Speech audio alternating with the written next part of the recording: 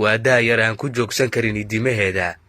Samiira Maxamed Xuseen waa gabar mustaqbalka leh nolosha, waxaase haatan ay ku sugan tahay xaalad quus ah.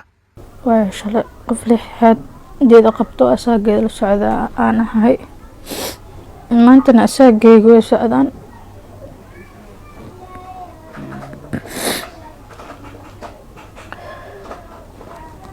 qadarta rabbi aa keenayso maaha.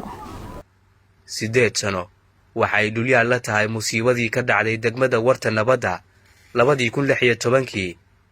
waa qaraxii qabaaristu ay ka fuliyeen xarunta degmada. Samiiro iyadoo markaasi 14 jir ah waxay la nooleed qoyskeeda oo danyar ah.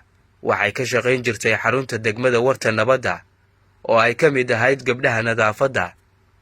dharaartaasi waxay u soo hayaantay in ehelkeeda ay kula noqoto wax uun ay nolol maalmeed ka dhigtaan, balse alla qadartii waxaa haleelay qarax qabaaristu ay fuliyeen.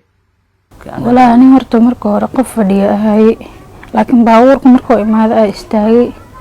rumaantii baabuurka maalintaas askar meeshan joogin, hal askari ayaa joogay. baabuurka darbiga ku dhuftay 3 maroo darbiga ku dhuftay. aniga waxaas dhahay baabuurka maxaa ka qaldan. marka naag meesha fadhida waxaa dhahay janna doonka waaye. dadka dhanaa wada fiiriyeen, waa istaagay markiis iyo baabuurkii qarxaa la kulmay iyo anigoo darbi hoostiisa ku jiro. meesha Samiir igu dambeyso. baabuurka intuu ka yimid? walaa baabuurka ma aqaan meel uu ka yimid, laakiin iridda ka soo galay baabuurna oo qalin ahay. wiil yaraan saarnaay. intuusan qarax dhicin ma arki karti wiilka yar? haa, wiil yar saarnaay. markuu qarxay xataa waa dhool cadeynayo meesha Samiir igu dambeeyo. Samiiro maalintaasi uu qaraxu naafeeyey tan iyo xilligaasi waa dhulyaal aan idimaheeda ku istaagi karin. waxay saaran tahay sariirtaasi iyo kursiga dadka naafada ah. rajo walba oo ay lahayd halkaasi ayay ku burburtay. waxaase intaa uga daran in weli aysan helin caafimaad, iyadoona sheegtay in ehelkeedu uusan awoodin qarashka caafimaadkeeda. walaa dhibaatada ugu weyn waayo haddii ay wax u baahdo wax sooma qabsan karo.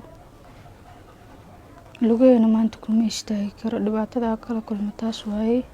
suuli maanta daa u baahdane ma aadi karo. waa maalin walba qof kuma kor istaagnaa karo, waayo qofka dan uu leeyahay.